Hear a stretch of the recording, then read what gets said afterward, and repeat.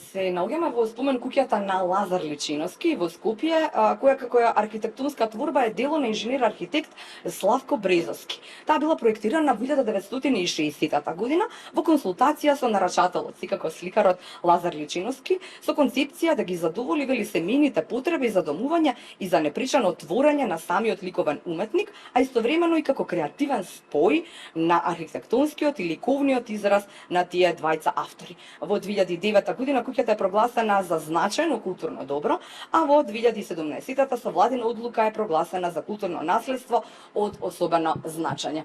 И што е убаво? Убаво е кога ќе дојдете овде, за сега само вторник и четврток до крајот на ноември, но се повеќе во ова следно ликовско вклучување. Знаете зошто? Заради тоа што е можеби ова најубавиот поглед волшебен во Скопје. Велам, не знам да сликам, ама можеби јас ке научам ако го видите ова што го гледаат нашите очи во мигов. Но како и да е, убаво е да знаеш дека еден од основоположниците на ликовната уметност воопшто и на сето она што сега како ликовни дейци излегуваат овде на нашето поднебје, живеел, го дишал овој воздух, нели, бил дел од сево ова, за жал само неколку години заради тоа што веќе 1964 година нели заминува во вечноста. Дита Старова Керими, директор на Националната галерија, е заедно со нас и секако Јана Петровска од Europe House. Зошто? Заради тоа што тие некако волшебно се поврзаа работите и кога станува збор за такво нешто, сме сите ние срекни заради тоа што ќе можеме волшебно да уживаме во овој прекрасен поглед овде, а потоа нели вие 3 години одлучивте Јана некако да започне тоа славење на 3 години Europe House точно токму со еден ваков интересен проект. Ке ми дозволите само прво со Дита, Дита, беше ли тешко да се најде релацијата на европското во духот на Личиновски, како некој кој што нели бил во Европа, па потоа се вратил повторно овде кон корените? Прво да ви се заблагодарам, Кате, секојаш за посебниот интерес за програмата на Националната галерија, која што е обемна со многу изложби, секако следат и многу убави работи, реконструкција преку капитална инвестиција во мала станица. И сега можам да кажам овој период некако вдаховени од духот на Лазар Личиновски, кој постојано ме трепери како уметник, бидејќи како национална установа со сета документација која што можеме да настапиме со работа од 2017 официјално наша.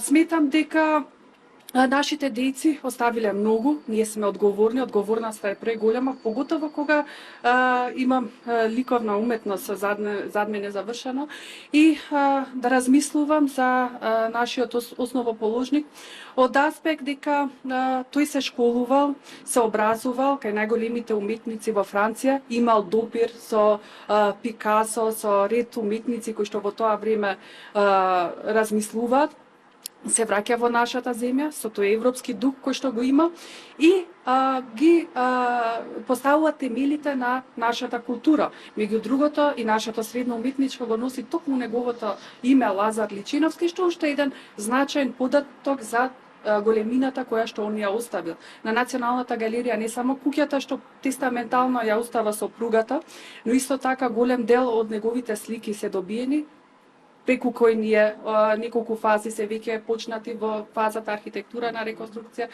мозаичниот дел е веќе конзервиран, уметничките слики.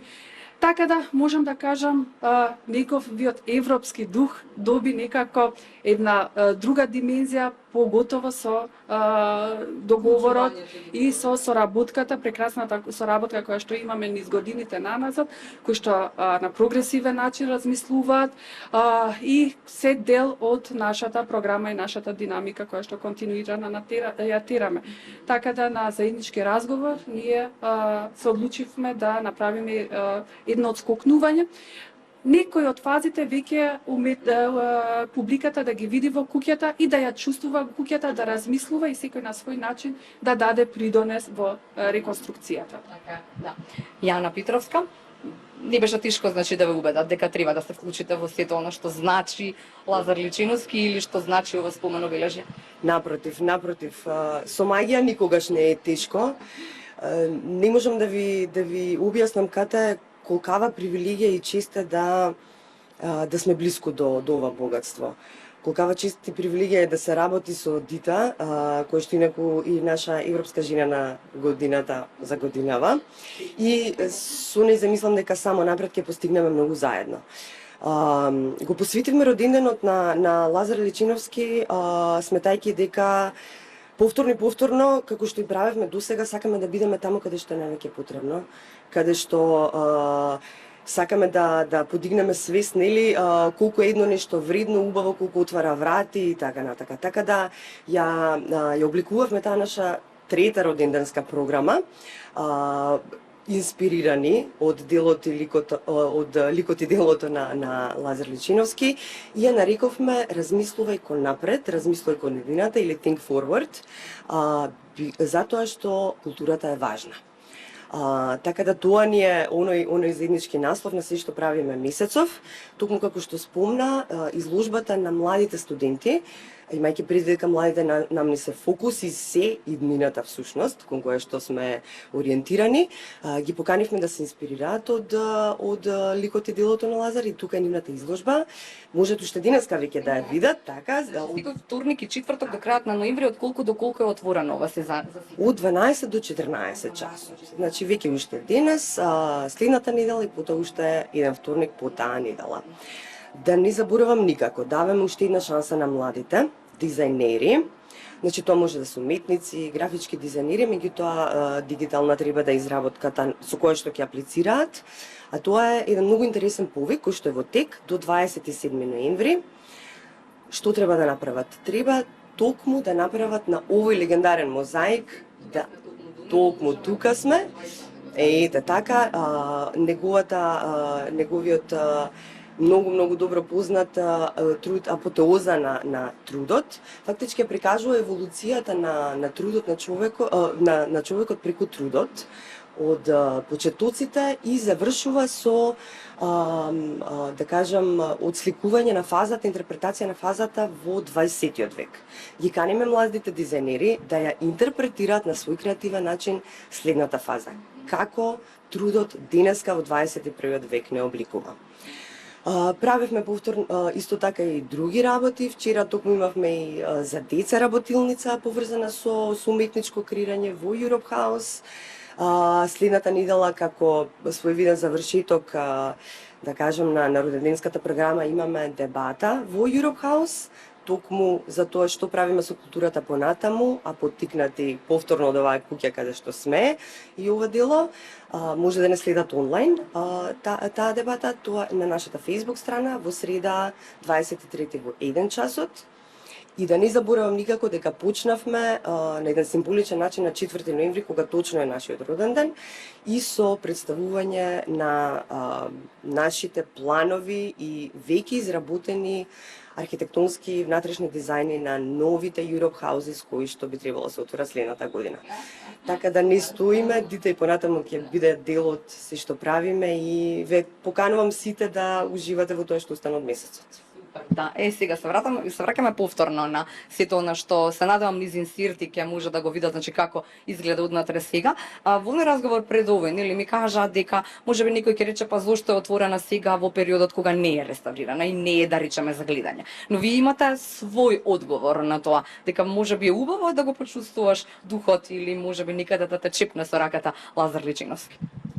Можам да кажам дека уметникот самиот, неговиот дух како да живее во куќата, мене лично како директор постојано ме влече некако да посетам и да размислувам во контекст на кој начин да допринесам за куќата, така да различните профили на посетители кои што продефилира реакциите кои што ги има од најпозитивни па можеби до прашалници за тоа што се случува, сметам дека во секој момент нека одредена работа се случува и можеби е токму овој момент да се запрашаме до каде сме и што можеме заеднички да направиме. Секогаш можеме да имаме и негативен наратив, но се водиме со позитивниот наратив што и самиот уметник имал за самата македонска култура, така да размислувајќи секогаш дека нашата култура секогаш имала цврста подлога и треба заеднички со заедничка сила да ги гледаме состојбите до каде се, што сме направиле, да се преиспитаме и да направиме дополнително, никогаш не застанувајќи. Така е, да.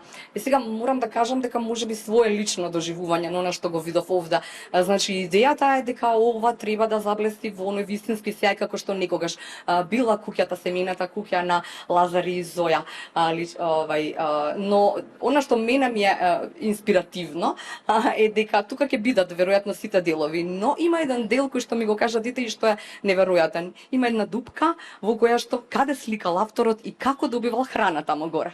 Многу е интересна куќата сама по себе, бидејќи во разговор со Славко Брезовски и целата архитектура е изработена на уметнички начин и секако да биде делот каде што уметникот ќе размислува за уметноста и ќе твори, но секогаш имајќи ја грижата на поубавата половина која што размислувала како неговиот дух да го поддржи.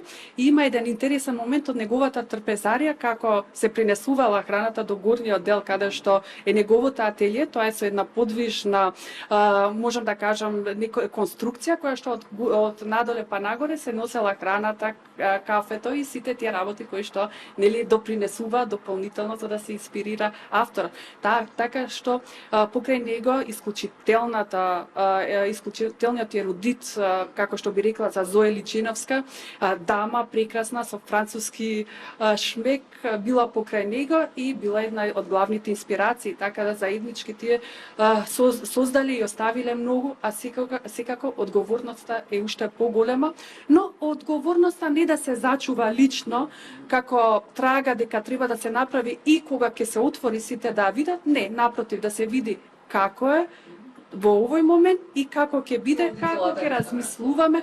Се предвидува неговото ателје да биде токму со елементите кои што тука можеме да го видиме и делото кој што во последен момент од неговиот живот го допрал, тоа е разбојот, бидејќи тој бил и мултидисциплинарен автор, мозаичар, сликар, со таписери работел.